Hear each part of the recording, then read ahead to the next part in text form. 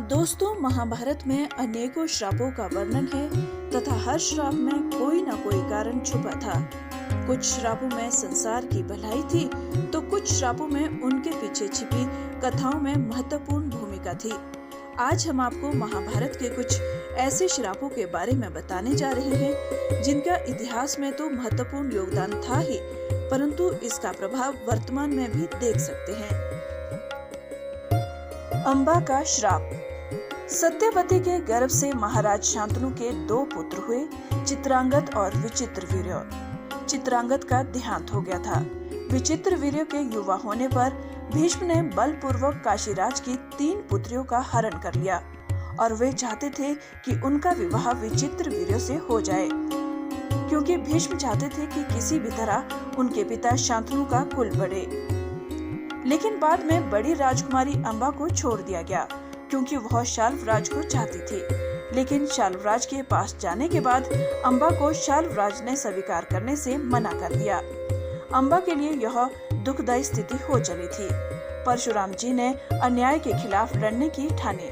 परशुराम जी ने भीष्म से कहा कि तुमने अंबा का बलपूर्वक अपहरण किया है, अतः अब तुम्हें इससे विवाह करना होगा, अन्यथा मुझसे युद्ध के लिए तैयार हो जाओ। भीष्म और परशुराम जी का 21 दिनों तक भयंकर युद्ध हुआ। अंत में ऋषियों ने परशुराम को सारी व्यथा कथा और ब्रह्मचर्य के प्रण की बात सुनाई और भीष्म की स्थिति से भी उनको अवगत कराया। तब कहीं परशुराम जी ने ही युद्ध विराम किया।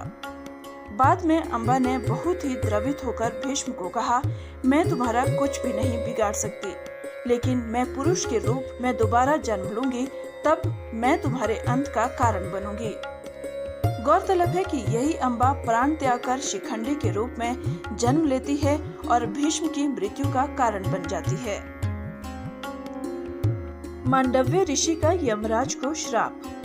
महाभारत में मांडव्य ऋषि का वर्णन आता है। एक बार राजा ने भूलवश न्याय में चूक कर दी और अपने सैनिकों को ऋषि मांडव्य को सूली में चढ़ाने को कह दिया, परंतु जब बहुत लंबे समय तक भी सूली में लटकने पर ऋषि के प्राण नहीं गए तो राजा को अपनी भूल का एहसास हुआ तथा उन्होंने ऋषि मांडव्य को सूली से उतरवाया और अपनी गलती की क्षमा मांगी। इसके बाद ऋषि मांडव्य यमराज से मिलने गए तथा उनसे पूछा कि किस कारण मुझे झूठे आरोप में सजा मिली। तब यमराज ने कहा, जब आप 12 वर्ष के थे तो आपने एक छोटे से कीड़े की पूंछ में सीख चुभाई थी, जिस कारण आपको यह सजा भुगतनी पड़ी। तब ऋषि मांडव्य ने यमराज से कहा कि किसी को भी 12 वर्ष की उम्र में इस बात का ज्ञान नहीं रहता कि क्या धर्म है और क्या अधर्म, क्योंकि तुमने एक छोटे से अपराध के लिए मुझे बहुत बड़ा दंड दिया है, अतः मैं तुम्हें श्राप देता हूँ कि तुम शूद्र योनि में दासी के पुत्र के रूप में जन्म लोगे। मांडव्य ऋषि के इस श्राप के कारण यमराज को विदुर के रूप में जन्म लेना पड़ा था। युधिष्ठिर ने दिया था स्त्रियों को ये श्राप। प्रसिद्ध ग्रंथ महाभारत के अनुसार जब युद्ध समाप्त हुआ तो माता कुंती ने पांडवों के पास जाकर उन्हें यह रहस्य बताया कि कर्ण उनका भाई था। सभी पांडव इस बात को सुनकर बहुत दुखी हुए। युधिष्ठिर ने विधि विधान पूर्वक कर्ण का अंतिम संस्कार किया तथा शोकाकुल होकर माता कुंती के समीप गए और उसी क्षण उन्होंने समस्त स्त्री जाति को यह श्राप दे डाला कि आज से कोई भी स्त्री किसी भी प्रकार की गोपनीय बात का रहस्य नहीं छुपा पाएगी। कर्ण को श्राप। परशुराम जी ने शपथ ली थी कि ब्रह्मास्त्र का प्रयोग करना वे किसी ब्रह्म ज्ञानी को ही सिखाएंगे। कर्ण यह सीखना चाहते थे तो उन्होंने परशुराम के पास पहुंचकर खुद को ब्राह्मण का पुत्र बताया और उनसे यह विद्या सीख ली। परशुराम को जब यह पता चला कि कर्ण सूर्य पुत्र है तो उन्होंने कर्ण को श्राप दे दिया कि जब भी तुम्हें इस विद्या की सबसे ज्यादा आवश्यकता होगी तभी तुम इसे भूल जाओगे। उर्वशी का अर्जुन को श्राप। महाभारत काल में एक बार अर्जुन दिव्यास्त्र पाने के लिए स्वर्गलोक गए। वहां उर्वशी नाम की एक अप्सरा उन पर आकर्षित हो गई। जब उर्वशी ने यह बात अर्जुन को बताई तो उन्होंने उर्वशी को अपनी माता के समान बताया। इस बात पर उर्वशी क्रोधित हो गई तथा उन्होंने अर्जुन से कहा कि आखिर तुम क्यों नपुंसक की तरह बात कर रहे हो। मैं तुम्हें श्राप देती हूँ कि तुम नपुंसक हो जाओ तथा स्त्रियों के बीच तुम्हें नर्तक बनकर रहना पड़ेगा।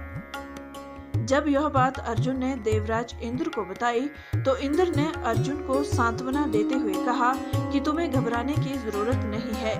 यह श्राप तुम्हारे वनवास के समय वरदान के रूप में काम आएगा और अज्ञातवास के समय तुम नर्तक के वेश में कौरवों की नजरों से बचे रहोगे। श्री कृष्ण वंश के नाश का श्राप। महाभारत युद्ध के पश्चात सांत्वना देने के उद्देश्य से भगवान श्री कृष्ण गांधारी के पास गए। भगवान श्री कृष्ण को देखते ही गांधारी ने क्रोधित होकर उन्हें श्राप दिया कि तुम्हारे कारण जिस प्रकार से मेरे 100 पुत्रों का नाश हुआ है, उसी प्रकार तुम्हारे वंश का भी आपस में एक दूसरे को मारने के कारण नाश हो जाएगा। श्रृंगी ऋषि का परीक्षित को श्राप। पांडवों ने अपना सारा राज्य अभिमन्यु के पुत्र परीक्षित के हाथों में सौंप दिया था। राजा परीक्षित के शासनकाल में सभी प्रजा सुखी थी।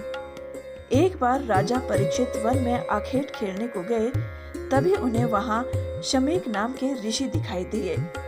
वे अपनी तपस्या में लीन थे तथा उन्होंने मौन व्रत धारण कर रखा था। जब राजा ने उनसे कई बार बोलने का प्रयास करते हुए भी उन्हें मौन पाया तो क्रोध में आकर उन्होंने ऋषि के गले में एक मरा हुआ सांप डाल दिया। जब यह बात ऋषि शमीक के पुत्र श्रृंगी को पता चली तो उन्होंने राजा परीक्षित को श्राप दिया कि आज से 7 दिन बाद राजा परीक्षित की मृत्यु तक्षक नाग के डसने से हो जाएगी। राजा परीक्षित के जीवित रहते कलयुग में इतना साहस नहीं था कि वह हावी हो सके, परंतु उनके मृत्यु के पश्चात ही कलयुग पूरी पृथ्वी पर हावी हो गया। दोस्तों, अगर आपको ये वीडियो पसंद आई हो तो लाइक करना ना भूलिए। आगे ऐसी वीडियो देखने के लिए सब्सक्राइब कीजिए और बेल आइकन दबा दीजिए।